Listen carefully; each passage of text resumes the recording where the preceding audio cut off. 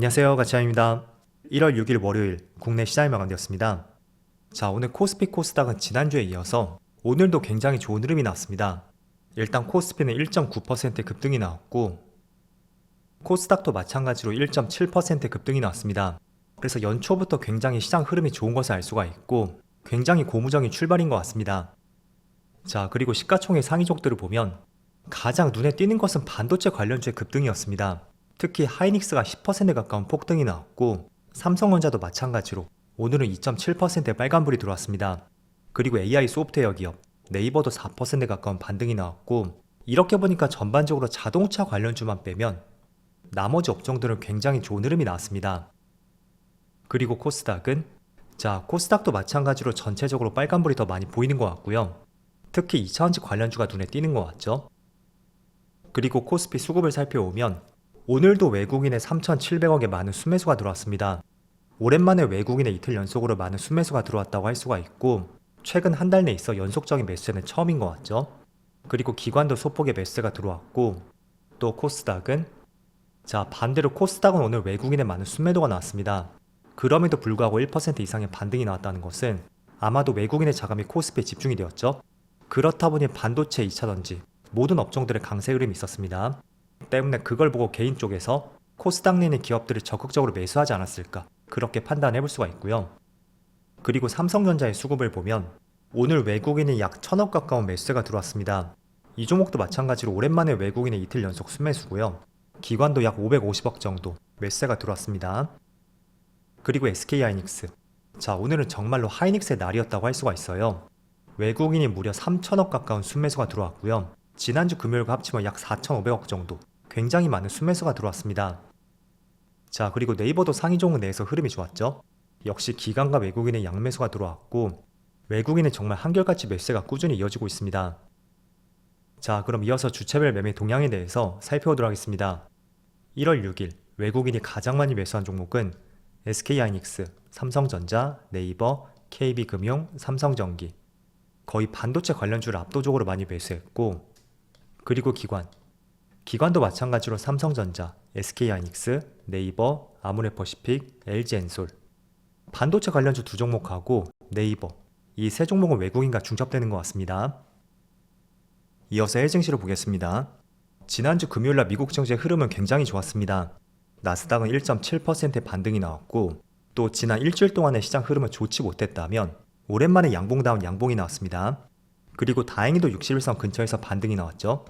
또 S&P 500 마찬가지로 1.2%의 빨간불이 들어왔고 다우지수도 0.8%의 빨간불이 들어왔습니다.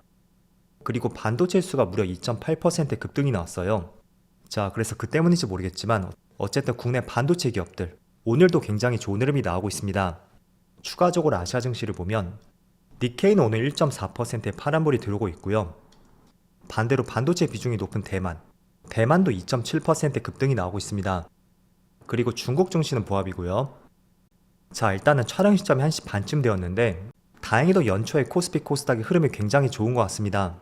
물론 이런 추세가 얼마나 더 이어질지 모르겠지만 일단은 작년에 시장 흐름이 굉장히 좋지 못했잖아요.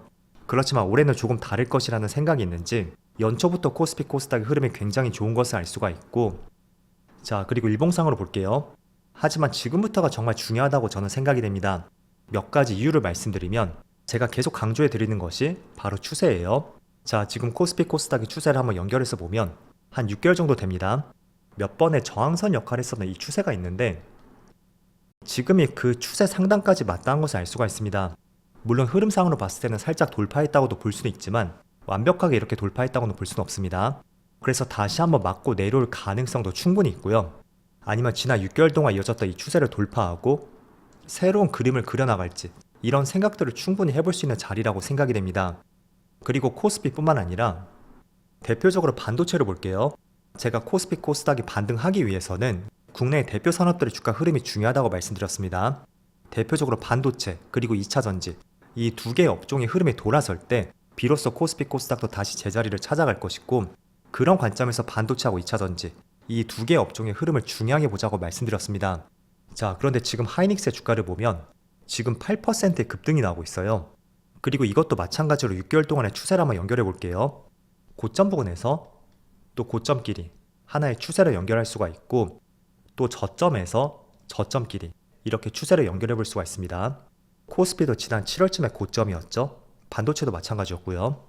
그리고 저점과 고점을 연결한 추세를 보면 하락 추세에서 고점은 4번 정도 형성이 되었던 것을 볼 수가 있습니다.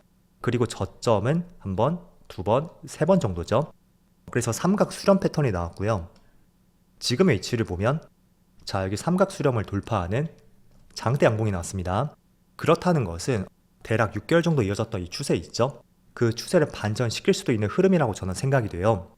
그래서 종가가 어디에 형성될지 모르겠습니다. 지금 촬영 시점이 1시 반쯤 되었는데 만약에 종가가 다시 위에 꼬리를 달고 또 내려오는 흐름이 나온다면 여전히 추세를 돌파했다고는 볼 수는 없겠죠. 하지만 종가가 이 근처에서 마무리가 된다면 저는 충분히 반도체도 추세를 돌릴 수 있는 그런 초입이라고 생각이 되고 그런 관점에서 보면 연말까지는 아직까지 모르겠습니다. 하지만 연초에는 분명히 코스피도 다른 흐름이 나올 수가 있다. 그런 관점을 말씀드리겠습니다. 그래서 일단은 하이닉스가 이렇게 마무리가 된다면 분명히 또 한 차례 눌릴 수가 있을 거예요. 그렇지만 이 추세선 있죠? 이 상단 부분에서 눌리는 형태가 나온다면 굉장히 양호한 조정이라고 할 수가 있고 다시 한번 힘을 받고 그 고점을 돌파하는 흐름이 나올 수도 있습니다. 자, 그래서 반도체는 지난 6개월 동안에 이 추세를 돌파하는 장대 양봉이 나왔다는 것에 한번 주목을 해보시고요. 또 삼성전자도 마찬가지로 지금 3%의 빨간불이 들어오고 있습니다. 물론 아직까지 삼성전자는 그렇게 뚜렷한 흐름은 나오진 않고 있습니다. 이게 뭐 하나의 추세를 보이기에는 다소 어려운 흐름이라고 할 수가 있고 그렇지만 조금은 긍정적인 관점으로 본다면 지금의 위치를 보세요. 5일선, 11선, 21선, 61선 수많은 이평선들이 모두 집중된 위치라는 것을 알 수가 있습니다. 한마디로 이평선에 수렴했다는 것은 그 위치에서는 어떤 상방이라든지 하방 쪽으로 충분히 에너지가 분출될 수 있는 그런 위치라는 것을 알 수가 있고 그런 맥락에서는 삼성전자도 마찬가지로 지금의 위치는 굉장히 중요한 위치라고 생각이 됩니다. 그리고 재료적인 측면으로 본다면 내일 새벽에 CS2025가 개최가 돼요. 그래서 특히 IT 쪽, 이쪽 산업에 대한 기대감이 더 커질 수가 있고 또 기조 연설자가 엔비디아 CEO라는 것을 알 수가 있죠. 그래서 AI 반도체에 대한 전망, 그리고 올해의 방향성, 또 여러 가지 생각들 그런 것들을 판단해 볼 수 있는 좋은 시점이 될 수도 있으니까 지난 하반기에는 반도체 관련주가 굉장히 힘을 쓰지 못했다면 지금 시점만큼은 한 번 더 긍정적으로 보는 것을 권장해 드리겠습니다. 자, 그리고 이번 주는 몇 가지 중요한 이벤트가 있는데요. 내일 새벽에 CS2025가 개최된다고 말씀드렸습니다. 그리고 주 중반에는 지난달 FOMC 의사록이 공개가 될 것이고요. 또 이번 주 마지막 날에는 미국의 고용지표 발표도 있습니다. 그래서 이번 주는 중요한 일정들이 많은 만큼 일정에 따른 주가의 변동 그런 것도 계속 살펴보시면 좋을 것 같습니다. 자, 그리고 오늘은 반도체뿐만 아니라 국내 대표 산업의 2차원지까지도 굉장히 좋은 흐름이 이어지고 있습니다. 일단은 전날에 미국의 전기차 기업들의 주가에 급등이 나왔어요. 테슬라는 8%, 리비안 24%, 니콜라도 마찬가지로 24% 급등이 나왔습니다. 자, 그동안은 테슬라의 주가 흐름이 굉장히 좋았었고 그 좋았던 배경 중에 하나가 2차원지의 긍정적인 시각은 아니었죠. 트럼프가 당선됨에 따라서 머스크가 펼치고 있는 사업들, 자율주행이라든지 우주항공 쪽, 그쪽 산업들이 굉장히 탄력을 받을 것이라는 이런 전망들이 있었고 그 때문에 테슬라만 나홀로 계속 급등이 나왔습니다.